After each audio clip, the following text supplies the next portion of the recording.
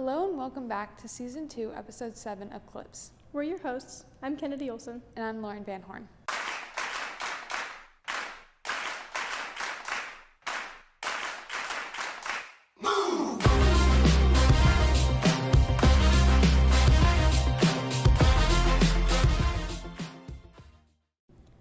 To kick off this episode, let's begin with a mockumentary created by David Kim.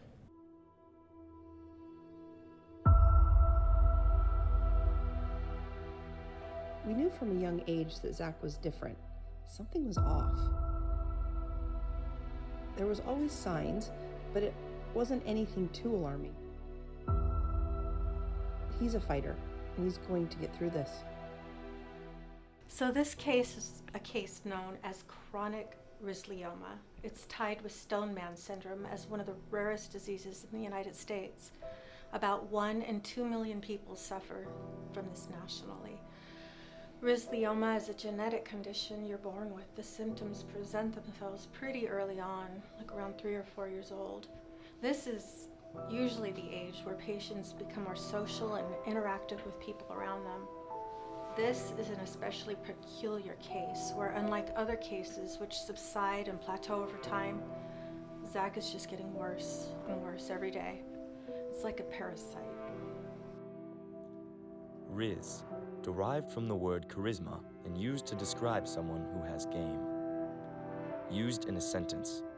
Dang, dat shotty finna got so much riz, yo. Some big names that have come out about their diagnosis are Brad Pitt and Madeline Klein. It is also rumored that Elvis Presley may have had rhizolioma, but technology was not advanced enough back then to know for sure. Hi, my name is Zach Bear, or the Risley Bear as they call me, and I suffer from rhizolioma, or chronic Riz syndrome. You know, many people may think this illness is a gift, but it's a lot like that one disease people are born with, where you can't even feel pain. It sounds nice in theory, but the symptoms are catastrophic in the long run. It's like living with the fright of a giant target on my back.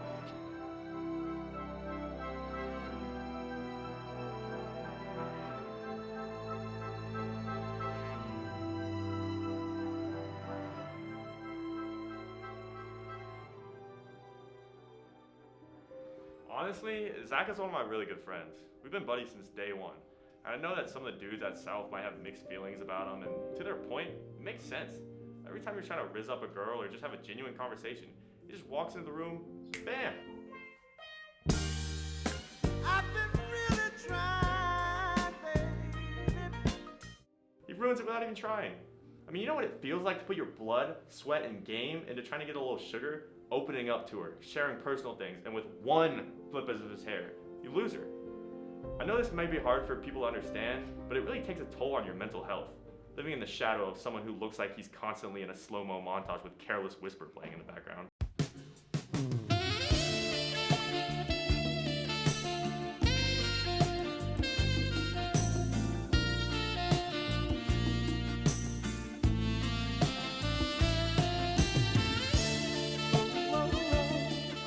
Let me paint you a picture. You ever watch Dora?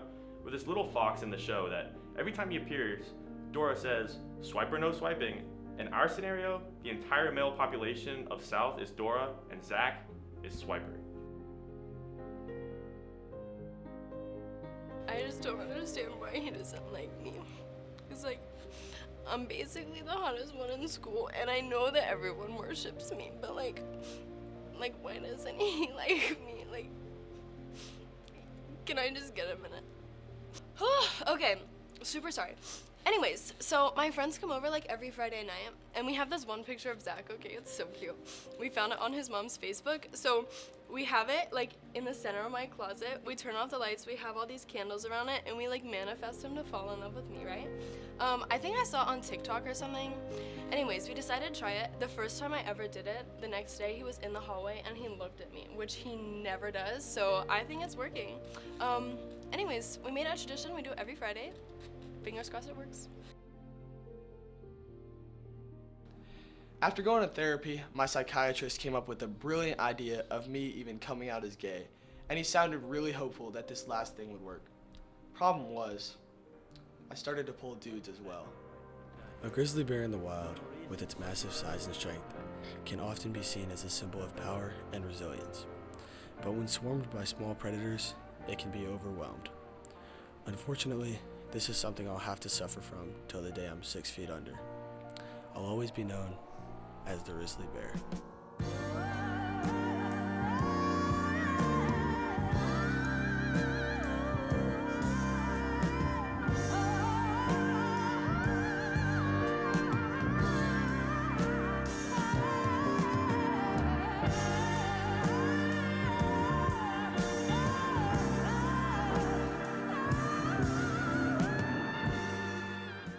And now we have some scene recreations by our ABTF students.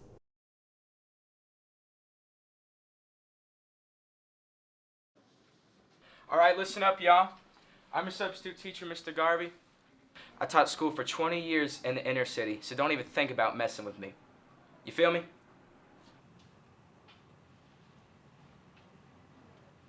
Okay, let's take roll. Jay Quillen? Where's Jay Quillen at? No Jay Quillen here? Yeah? Do you mean Jacqueline? Okay, so that's how it's gonna be?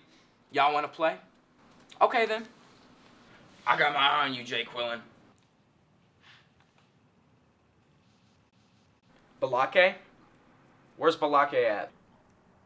No Balake here today?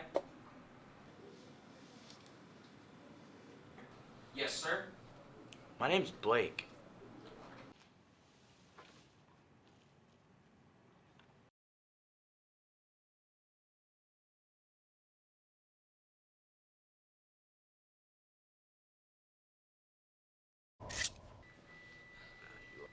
Is that a gram? New card. What do you think? Whoa, very nice. Look at that. Picked them up from the printers yesterday. Good coloring. That's bone, and the lettering is called Cillian Braille. It's very cool, Bateman, but that's nothing. Look at this. Eggshell with Romalian type.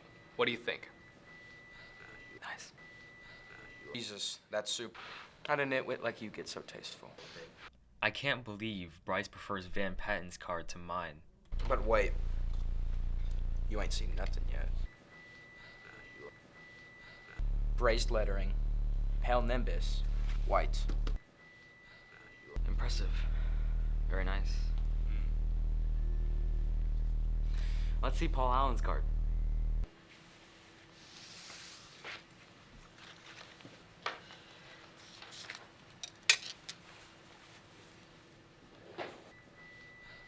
The tasteful thickness of it. Oh my god, it even has a watermark.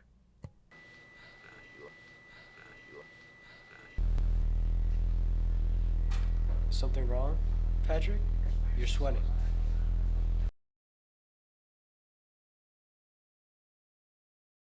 If you can't take the heat, get out of the kitchen. That's what our culinary students had to learn in their little competition.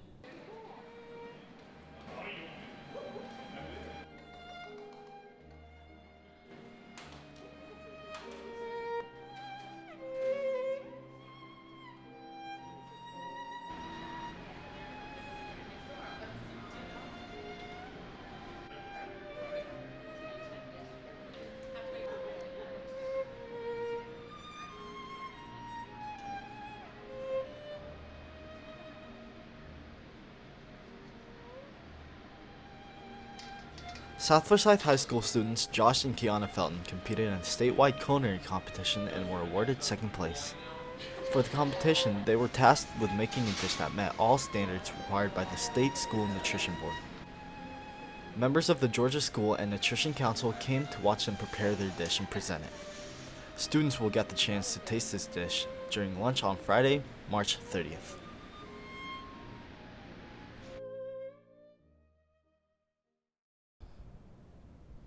The first day of spring has arrived, and to celebrate, let's look at how our little victory garden has grown. March is recognized as being the National Nutrition Month. We're celebrating this by recognizing the connection between culinary, engineering, and turf management. Together, these three pathways are working to create a sustainable source of produce for the culinary pathway. This is a large project that required the approval of the school board, and fortunately, we've been granted money and permission. Since then, students have been very hands-on with building and brainstorming.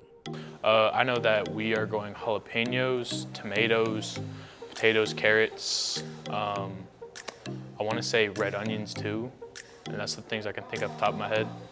Thank you to our wonderful Pathways here at South for what they're doing for our community. We can't wait to see the garden, and happy National Nutrition Month. Finally, we asked you guys what you're doing for spring break. It is currently St. Patrick's Day, and that means that spring break is only a few weeks away. So, we're going to ask you guys what you're doing for spring break. Orlando. We're going to St. Pete's. They got a bunch of restaurants at this resort thing. Should be a good time, man. We're going to Santa Rosa Beach. We're all going. All three of us. Yep. I'm probably going to stay home, but we are planning a trip to Six Flags. I'm going to Rosemary Beach. I'm actually going to stay here and just work on spring break. I'm going to Hilton Head with a group of friends. I'm going to New York, and I'm going to see a couple Broadway shows. That sounds so fun. Have fun with that. Thanks so much for watching. We hope you have a great spring break. And we can't wait to see you again next episode.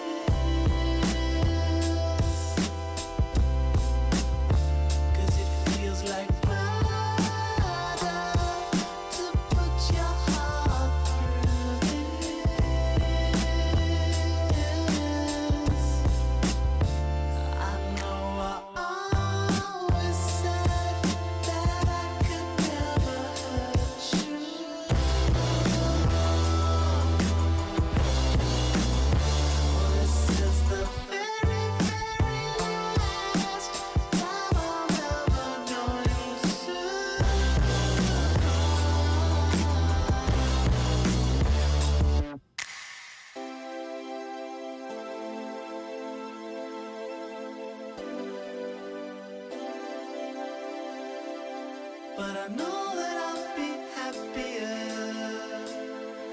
and I know you will too. Said I know that